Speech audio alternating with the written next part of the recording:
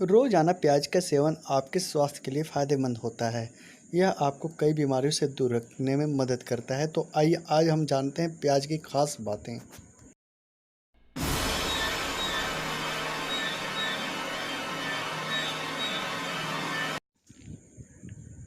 प्याज में एक्सपेक्टोरेट प्रॉपर्टीज़ होते हैं जो खांसी और सांस की समस्याओं को दूर करने में मदद करता है। प्राचीन काल में कफ इन्फेक्शन को दूर करने में प्याज का इस्तेमाल किया जा रहा है। इसके लिए रोज़ाना प्याज का सेवन करने में ऐसी बीमारियां नहीं होती हैं। वहीं शरीर को ख़राब करने वाले पदार्थों को बाहर निकालना बेहद ज़रूरी होता है। प्याज में अमीनो एसिड होता है जो शरीर से हानिकारक टॉक्सिन को बाहर निकालने में मदद करता है, साथ ही आपके पेट को भी साफ रखता है।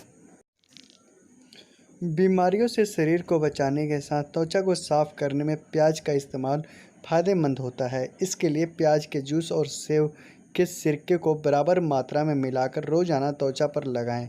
इससे त्वचा का पीएच संतुलित रहता है।